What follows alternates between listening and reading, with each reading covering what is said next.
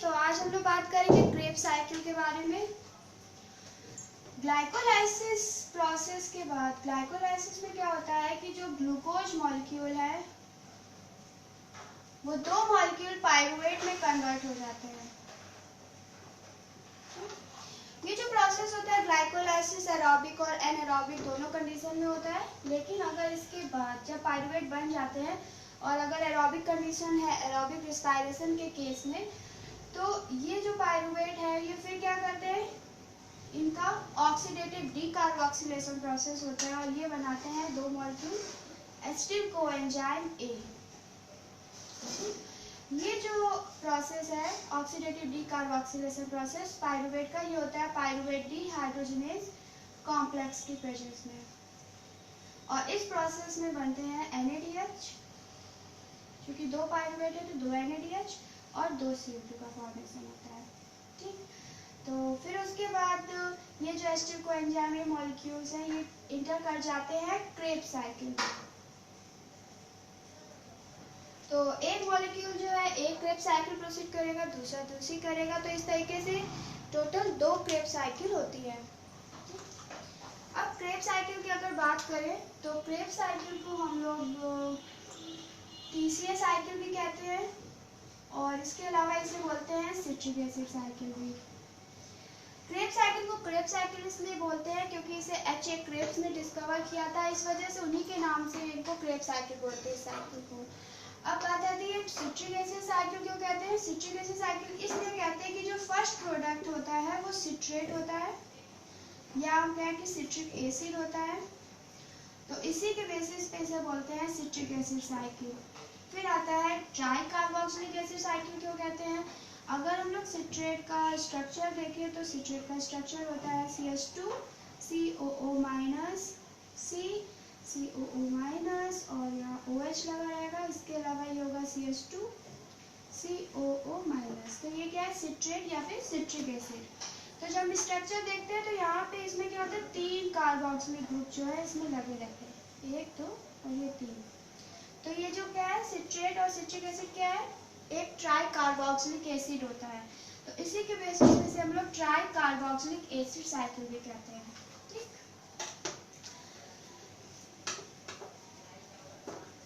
अब अगर हम लोग यूकैरियोट्स की बात करें तो यूकैरियोट्स में सिट्रिक एसिड साइकिल होती है माइटोकॉन्ड्रियल मैट्रिक्स में। माइटोकॉन्ड्रियल मैट्रिक्स में प्रोसीड होती है।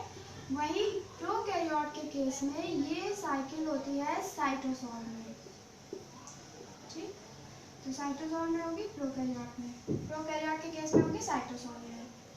सिट्रिक एसिड साइकिल के थ्रू हमें NADH मिलते हैं, FADH का फॉर्मेशन होता है, FADH2 का, और फिर यही NADH और FADH2 इंटर कर जाते हैं इलेक्ट्रॉन ट्रांसपोर्ट चेन में, ऑक्सीडेटिव फास्फोराइलेशन के इलेक्ट्रॉन ट्रांसपोर्ट चेन में इंटर कर जाते हैं, और फाइनली ये ATP सिंथेसिस में इन्वॉल्व होते हैं।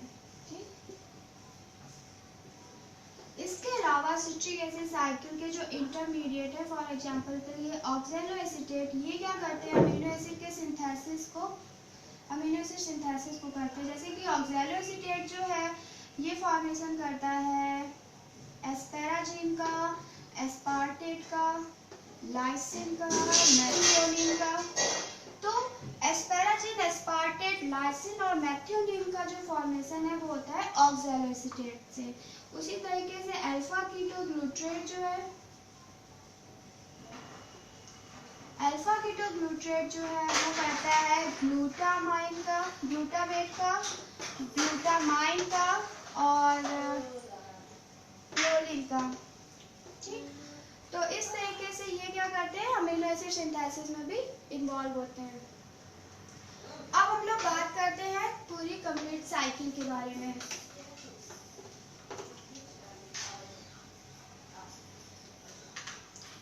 तो अगर हम लोग क्रेब्स साइकिल की बात करें तो क्रेब्स साइकिल में एसिटिल कोएंजाइम A, जो कि एक 2 कार्बन का कंपाउंड है, और वाटर मॉलिक्यूल,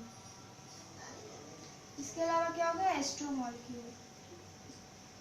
एस्टर कोएंजाइम है और ऑक्सैलोएसीटेट 4 कार्बन कंपाउंड है। ये ऑक्सैलोएसीटेट एस्टर कोएंजाइम ए और वाटर मॉलिक्यूल के साथ क्या होगा, कंडेंस हो जाएगा और कंडेंस होने के बाद बनाएगा कोएंजाइम ए जो है वो हट जाएगा और ये बनाएगा सिट्रेट।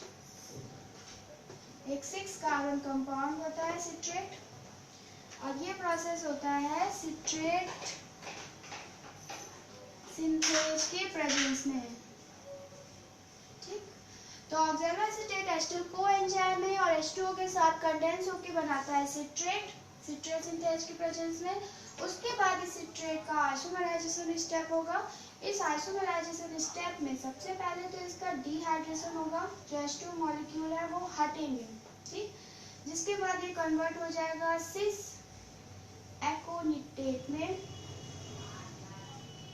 और उसके बाद फिर से ये H2O मॉलिक्यूल ऐड हो जाएंगे, मतलब इनका हाइड्रेशन होगा और ये फिर से कन्वर्ट हो जाएगा आइसोसिट्रेट में।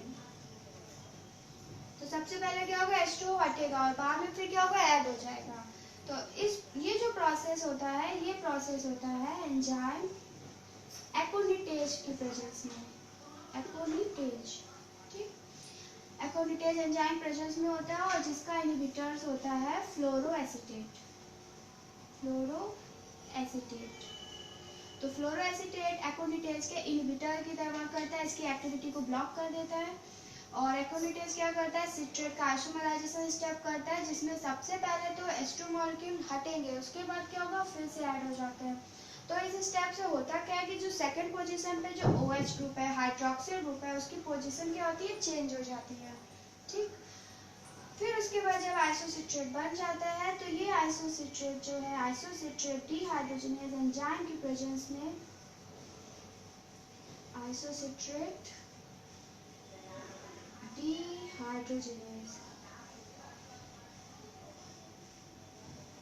डिहाइड्रोजनेज एंजाइम की प्रेजेंस में इसका ऑक्सीडेशन होगा और फिर डीकार्बोक्सिलेशन प्रोसेस होगा।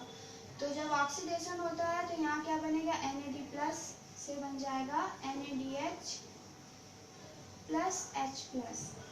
ठीक, और वहीं पे डीकार्बोक्सिलेशन से क्या होगा, CO2 रिलीज हो जाएगी और ये कन्वर्ट हो जाएगा अल्फा कीटो ग्लूट्रेट में।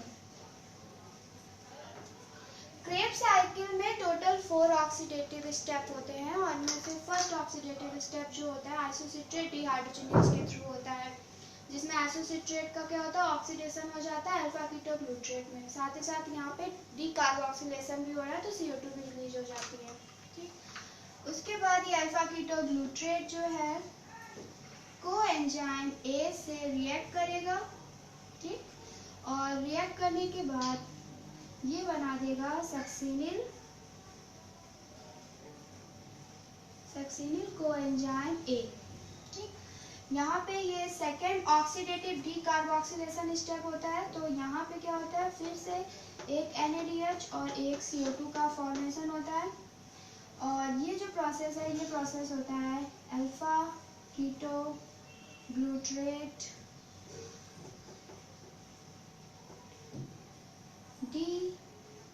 डिहाइड्रोजनेज की प्रेजेंस में, जिसका इनहिबिटर्स होता है आर्सेनाइट। तो आर्सेनाइट इसका इनहिबिटर होता है अल्फा कीटो ग्लूट्रेट डिहाइड्रोजनेज का और ये एंजाइम क्या करता है, अल्फा कीटो ग्लूट्रेट को और कोएंजाइम ए के साथ रिएक्ट कराएगा और बन जाएगा सक्सिनिल कोएंजाइम ए। ये एक सेकेंड ऑक्सीडेटिव स्टेप होता है क्रेब्स साइकिल का। साथ ही साथ इसमें डीकार्बोक्सिलेशन होता है तो इसलिए NADH और CO2 का फॉर्मेशन हो रहा होता है। साथ ही सक्सिनेट और यहाँ पे क्या होता है, कोएंजाइम ए के बीच हाई एनर्जी थायोएस्टर बॉन्ड का फॉर्मेशन भी हो रहा होता है। ठीक है, फिर जब ये सक्सिनिल कोएंजाइम ए बन जाता है तो ये सक्सिनिल कोएंजाइम ए कन्वर्ट हो जाता है सक्सिनेट में। ठीक, ये कन्वर्ट हो जाएगा सक्सिनेट में। यहाँ पे जो थायोएस्टर लिंकेज है इसका ब्रेकडाउन होगा। ब्रेकडाउन होने की वजह से GDP फास्फोराइलेट होगा और ये बना देगा GTP। ये प्रोसेस होता है सक्सीनिल कोएंजाइम ए सिंथेटेज की प्रेजेंस में। ठीक, सक्सीनिल कोएंजाइम ए सिंथेटेज क्या करेगा, सक्सीनिल कोएंजाइम ए के बीच में जो हाई एनर्जी थायोईस्टर लिंकेज था उसका ब्रेक डाउन करेगा और उस ब्रेक डाउन से क्या होगा, एनर्जी रिलीज होगी और जीटीपी फास्फोराइलेट होकर जीटीपी का फॉर्मेशन करेगा और ये कन्वर्ट हो जाएगा सक्सीनेट में। सक्सीनिल कोएंजाइम ए सिंथेटेज जो है वो, अगर हम लोग एनिमल्स की बात करें जिसमें ह्यूमंस भी आएंगे इंक्लूडिंग ह्यूमन, तो एनिमल्स के केस में जो सक्सीनिल कोएंजाइम ए सिंथेटेज है वो दो तरीके के होते हैं। कुछ जो है जो जीटीपी का सिंथेसिस करते हैं और कुछ जो है वो एटीपी का सिंथेसिस भी करते हैं। तो दोनों तरीके के होते हैं, जीटीपी भी बनाएंगे और एटीपी भी बनाते हैं। लेकिन अगर प्लांट की बात करी जाए तो प्लांट में केवल एटीपी बनाने वाले सक्सीनिल कोएंजाइम ए सिंथेटेज प्रेजेंट रहते हैं। ठीक है, उसके बाद जब ये सक्सीनेट में कन्वर्ट हो जाता है तो ये सक्सीनेट जो है, ये सक्सीनेट जो है ये फ्यूमरेट में कन्वर्ट होगा। ठीक, और ये प्रोसेस होता है सक्सीनेट डीहाइड्रोजनेज एंजाइम की प्रेजेंस में, डीहाइड्रोजनेज। तो ये सक्सीनेट डीहाइड्रोजनेज क्या करता है, सक्सीनेट से दो हाइड्रोजन एटम्स को रिमूव करता है और ये हाइड्रोजन एटम्स ले लिए जाते हैं FAD के थ्रू और बन जाता है FADH2। ठीक, FAD से क्या बन जाएगा, FADH2 बन जाएगा और इस तरीके सक्सीनेट जो है वो फ्यूमरेट में कन्वर्ट हो जाता है और ये थर्ड ऑक्सीडेटिव स्टेप होता है क्रेब्स साइकिल का। सक्सीनेट डीहाइड्रोजनेज की बात करी जाए तो succinate dehydrogenase citric acid cycle में भी इन्वॉल्व होता है और क्रेब्स साइकिल में भी। ये जो FADH2 है ये सक्सीनेट डीहाइड्रोजनेज से कोवैलेंटली अटैच रहता है। तो जब इलेक्ट्रॉन ट्रांसपोर्ट चेन होती है तो उस दौरान ये सक्सीनेट डीहाइड्रोजनेज क्या करता है, वहाँ पे इसमें जो FADH2 बाइंड रहता है, कोवैलेंटली अटैच रहता है, ये FADH2 कोएंजाइम Q को इलेक्ट्रॉन डोनेट करता है। तो इस तरीके से ये सक्सीनेट डीहाइड्रोजनेज एंजाइम जो है सिट्रिक एसिड साइकिल में तो फंक्शन करता है, साथ ही साथ ऑक्सीडेटिव डीकार्बोक्सिलेशन में भी इन्वॉल्व होता है। तो यहाँ पे सक्सीनेट से फ्यूमरेट का फॉर्मेशन होता है और क्योंकि ये थर्ड ऑक्सीडेटिव स्टेप है तो यहाँ पे क्या बन जाता है, FADH2। फिर उसके बाद ये फ्यूमरेट जो है, फ्यूमरेट का कन्वर्जन होता है मैलेट में और यहाँ पे इसका हाइड्रेशन होता है और ये बना लेता है मैलेट। ठीक, एंजाइम जो होता है, एंजाइम होता है वो होता है फ्यूमरेज। फिर ये मैलेट जो है ये कन्वर्ट हो जाता है ऑक्सैलो एसीटेट में।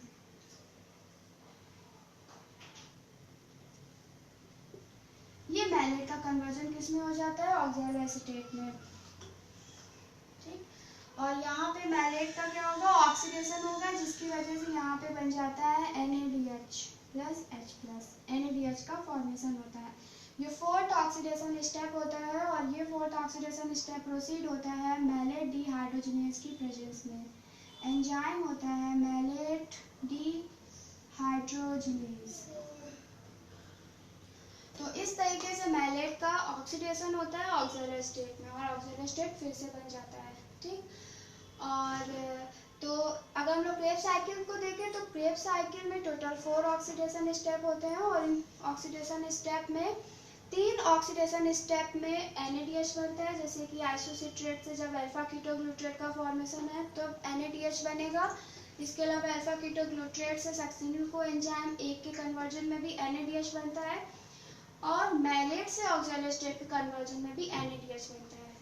ठीक, तो इस अगर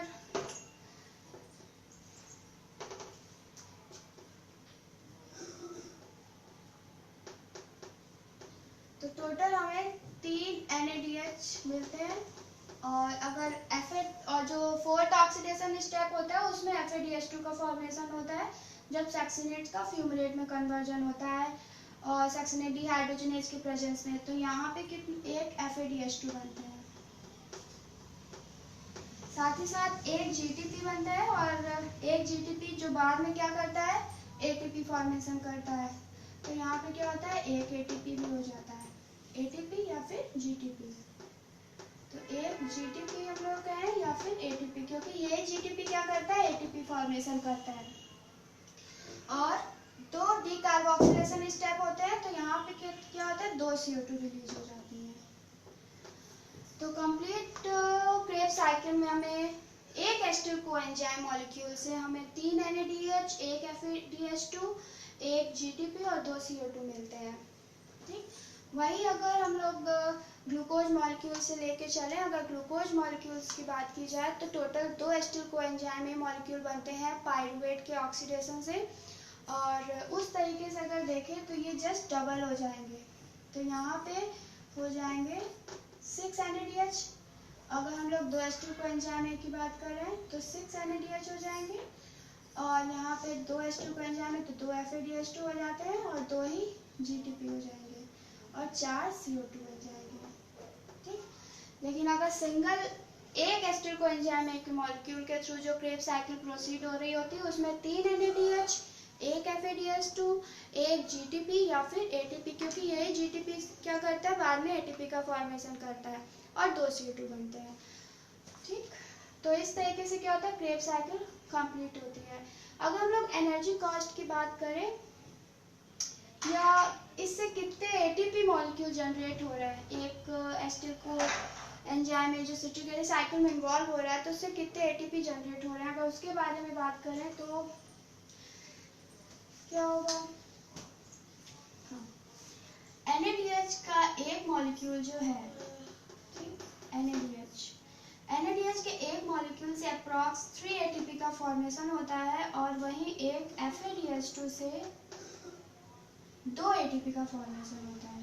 ठीक, क्योंकि एक क्रेब्स साइकिल, एक एस्टिल कोएंजाइम ए जब क्रेब्स साइकिल प्रोसीड करता है तो वहाँ पे होते हैं 3 NADH, तो 3 NADH है और 3 NADH होते हैं और एक NADH से बनते हैं 3 ATP, तो ये हो जाएंगे टोटल 9 ATP जो NADH से जनरेट हो रहा है। वहीं अगर FADH2 की बात की जाए तो एक FADH2 से बनते हैं 2 ATP, और एक क्रेब्स साइकिल में अगर एक मॉलिक्यूल की बात की जाए एस्टिल कोएंजाइम में जब इन्वॉल्व हो रहा है क्रेब्स साइकिल में, तो एक ही FADH2 बन रहा है, तो यहाँ पे हो जाएंगे एक FADH2 से बनते हैं 2 ATP मल्टीप्लाई 2 ATP, तो ये अप्रॉक्स हो जाए 2 ATP। ठीक, इसके अलावा एक GTP या ATP उसे कह सकते हैं, तो ये हो जाएगा एक ATP जो GTP से बन रहा है। तो टोटल अगर देखें तो 9 तो 11 और एक 12, टोटल 12 ATP का फॉर्मेशन होता है। ठीक, जब एक मॉलिक्यूल एस्टिल कोएंजाइम में क्रेब्स साइकिल में इन्वॉल्व होता है। ठीक, उसी तरीके अगर दोनों मॉलिक्यूल एस्टिल कोएंजाइम में इन्वॉल्व हो रहे हैं तो यहाँ पे टोटल 24 ATP का फॉर्मेशन होगा। तो इस तरीके से क्रेब्स साइकिल क्या होती है, कंप्लीट होती है। नेक्स्ट वीडियो हम लोग बात करेंगे कि जो सिट्रिक एसिड साइकिल है उसका रेगुलेशन किस तरीके से होता है।